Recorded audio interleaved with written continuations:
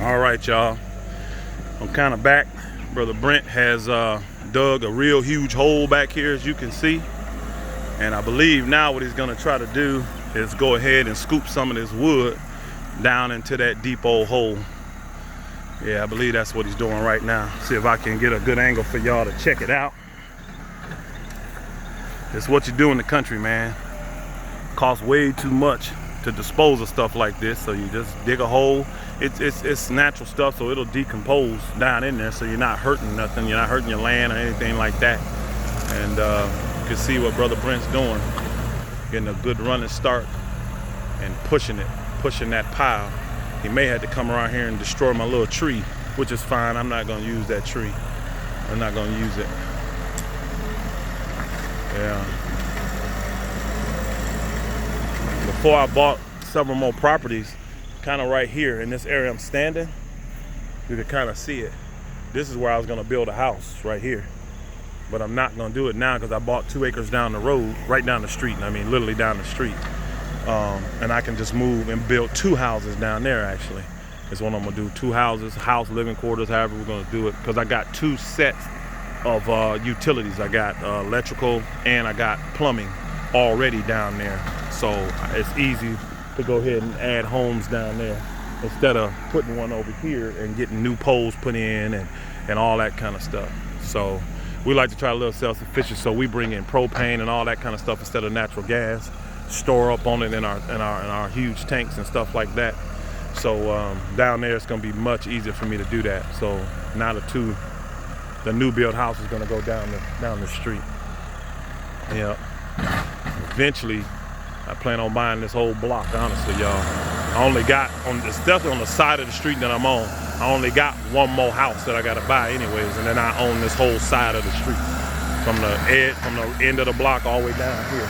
I got that, and then if you look over here, there's a old propane refilling station over here.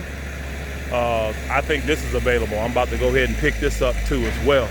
And I got plenty of options I can use that for, parking for the same stuff like that.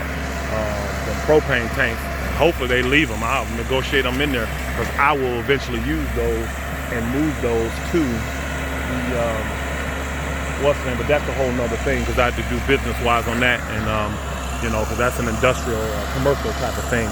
But we set up to do that as well. So I'm gonna check into that as well too, y'all. But there's Brother Brent. Hopefully y'all can hear me.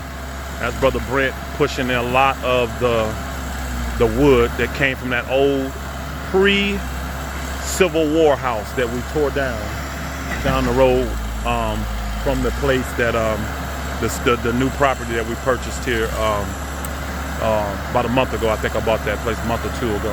So yeah.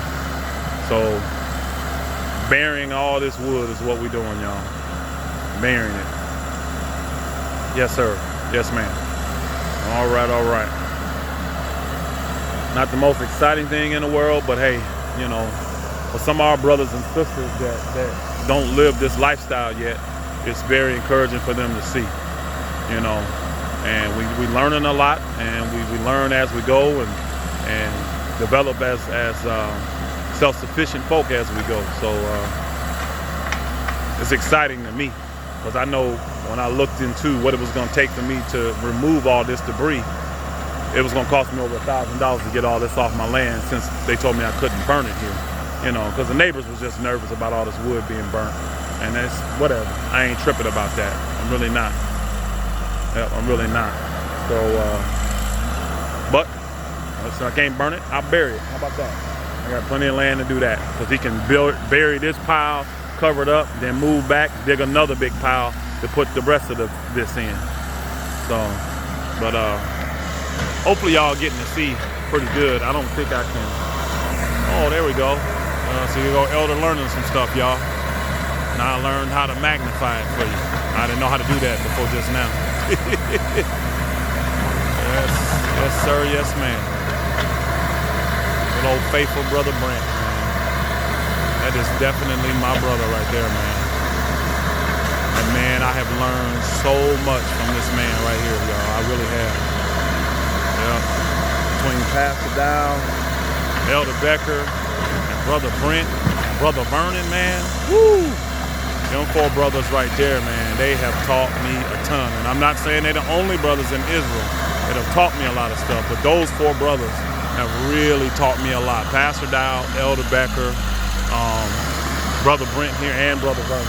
I have learned so much from these brothers because all of them are skilled laborers, y'all. You know, I came from corporate America.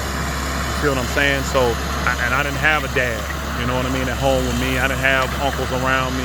So no man taught me this stuff. So I came in as a grown man having to learn how to do all these things, man. And honestly, I would be up on that machine today. I'd be up on it if our land wasn't so wet. You can kind of see over there, man, look at those tracks that it did. It got kind of stuck a little bit.